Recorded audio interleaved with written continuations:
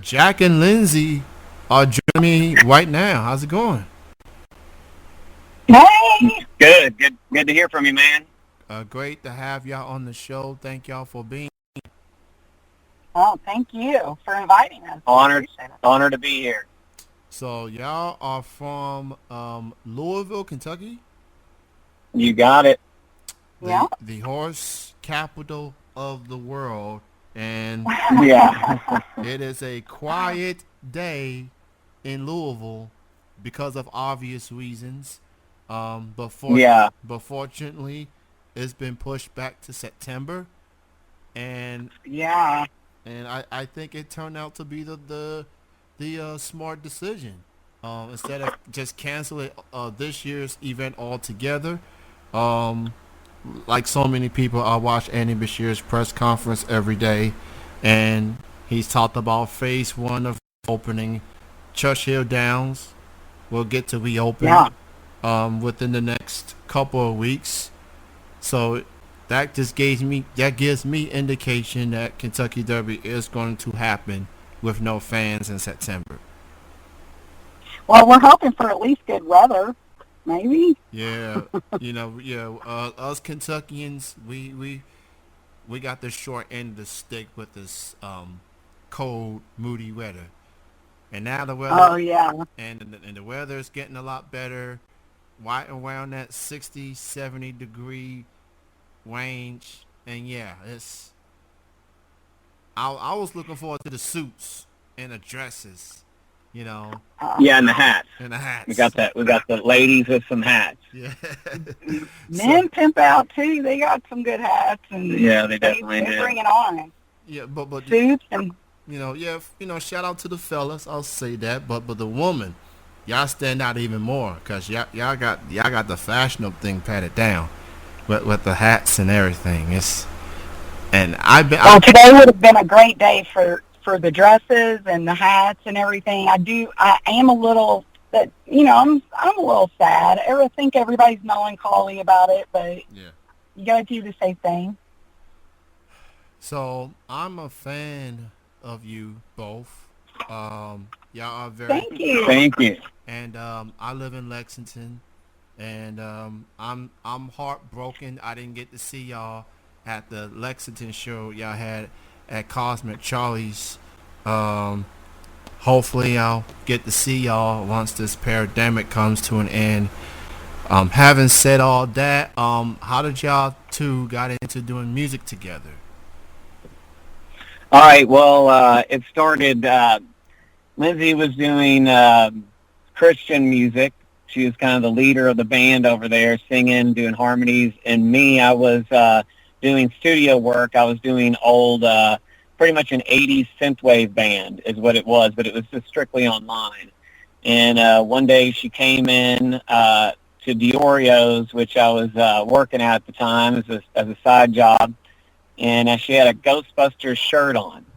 And, of course, I was, I'm all in the 80s doing all this stuff. I was like, oh, that's an awesome shirt. And we ended up talking and ended up start playing music together. So it was pretty great. Thank you, Ghostbusters. That is an awesome story. Like, what kind of ghost? Yeah. What kind of Ghostbusters shirt was it? Was it like what the Ghostbusters, or was it the Ghost in particular? Oh, it's the original It was the original Ghostbusters from the 80s with the black, yeah. it was the ghost and had the red circle with the line through it. Awesome. That's classic. That's legendary. I'm born in the 80s, so I watched Ghostbusters later in my life, and I grown to love that movie. So incredible. It's an awesome Yeah, movie. The music from that time, we really have a what do you call it, a love for. Yeah, there's just a certain flavor to it. I definitely am a fan. I mean, I think everybody kind of likes it now since you've got Stranger Things and a lot of things kind of coming off of that right there. It was really big over in Europe, and I was following some guys, Gunship and Ollie Ride over there in Los Angeles. Big fans of those guys. And that's kind of what really got me into it because they got the original equipment to do this stuff, and they would do kind of like the old intros to movies. I think one was like Canon. There's a couple other ones. They got it down pat because they had all the old equipment, and that's what really sent me on fire. You know, I've been so long I've heard those sounds, and so then we started digging in, me and the co-owner of the studio, and we started just really kind of pumping some stuff out. And that time when I met her, we were doing a song where all the lyrics were movie titles. So, you know, every movie title was just a lyric of the song to make it put together and make sense. And, you know, of course, Ghostbusters. Do you like Stranger Things? I do. Do you like the music from it? That's a bigger thing, because we like a lot of synths and stuff like that, but... Oh yeah, I definitely love everything. Ghostbusters, Stranger Things. You know, I tend to watch those type of movies, so it's very intriguing. You know, try not to get scared or anything or what, you know. But it's some fun movies. I definitely enjoyed it. So, as far as y'all musically, so as far as when y'all get to perform, what type of songs what type of music that y'all, you know, people like to categorize people, label people type of genres. How would you both describe the type of music that y'all do? I would say it's acoustic, piano, synth, pop music. Yeah, we like to do music from every decade, I would say. But we have a lot of 80s though. You know, it's fun playing them acoustic, you know, and making it work. And we do a lot. We do, what would you say, a fair amount of today's music. We do 90s, a lot of 70s sometimes. Yeah. We really kind of tailor it to the crowd. Yeah. So. Well, we like to say, you know, any song you say to us, we'll play it. You know, sometimes it's not the best. You know, no guts, no glory. So, you know, just throw out a song. We'll play it. You know, might not know everything perfectly, but we'll definitely give it a shot.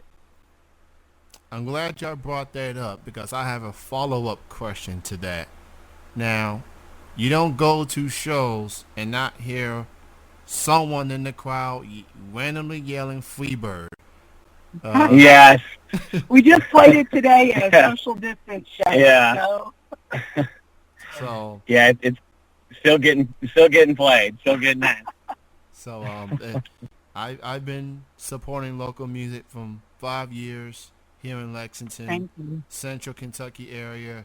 I know artists from Louisville come to Lexington from time to time, and I've made a lot of good friends as far as supporting local music. And Absolutely. So I enjoy it, and I'm gonna miss it, you know, and everyone's gonna miss performing. But what's most important is that everybody is safe and everything. And I notice a lot of musicians are doing online streaming shows. So how often have y'all been doing that since everything got shut down? We do it every 2 weeks.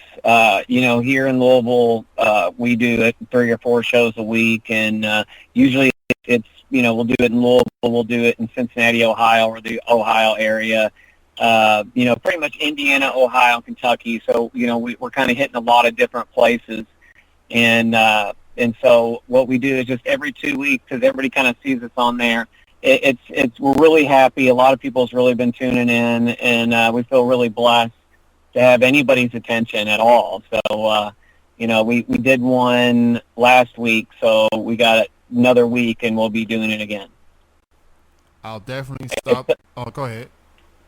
So I was gonna say every Sunday. We do it Sunday 6 to 8 every other week.